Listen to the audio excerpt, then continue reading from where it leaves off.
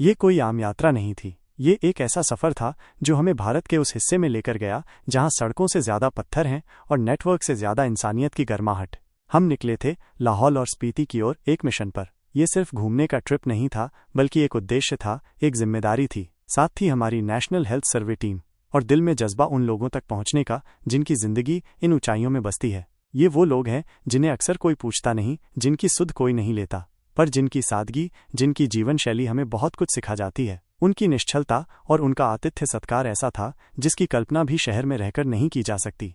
हमने अपनी यात्रा की शुरुआत हिमाचल प्रदेश की राजधानी शिमला से की। शिमला की हरी भरी पहाड़ियां और ठंडी हवा एक सुखद एहसास दिला रही थी। वहां से होते हुए हम किन्नौर पहुंचे, एक ऐसा जिला जहां की घाटियां अपनी अनूठी सुंदरता के लिए जानी जाती हैं। किन्नौर में बड़ा गांव और कल्पा जैसे इलाके अपने किन्नौरी सेब और अखरोट के लिए विश्व प्रसिद्ध हैं। हमने इन फलों का स्वाद लिया जो वाकई लाजवाब थे। रास्ते संकरे थे, घुमावदार थे और कभी कभी तो इतने खतरनाक कि सांसें थम जाती थीं। लेकिन हर मोड़ पर एक नई कहानी मिलती थी, एक नया दृश्य सामने आता था जो हमारी थकान को मिटा देता था। चीड़ के जंगल, देवदार के पेड़ और दूर चमकती बर्फ से ढकी चोटियां मन को मोह रही थीं।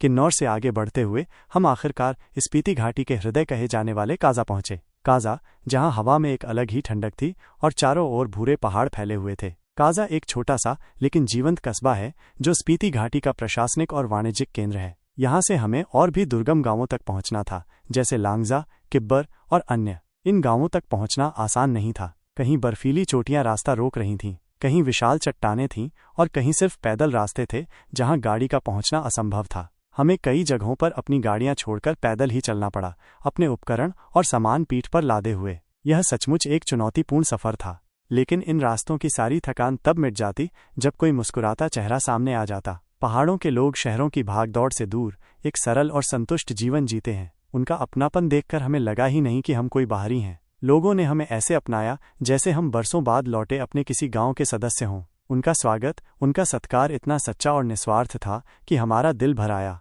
लांगजा गांव में, जो अपने विशाल बुद्ध प्रतिमा और जीवाश्मों के लिए जाना जाता है, हमें एक बुजुर्ग दंपत्ति मिले। उन्होंने हमें अपने छोटे से घर में बुलाया, गर्मा गर्म चाय पिलाई और साथ में अपने बाग से ताज़ा तोड़े हुए अखरोट भी दिए। उनकी आंखों में जो चमक और संतोष था वो आज भी मेरे जहन में ताज़ा है। बड़ा गांव के एक स्कूल में बच्चे हमें देखकर दौड़ते हुए आए। उनकी मासूमियत और उत्साह देखने लायक था। काजा की गलियों में भी हमने बच्चों को देखा जो जापानी फल यानी परसिमन तोड़ते हुए दिखे।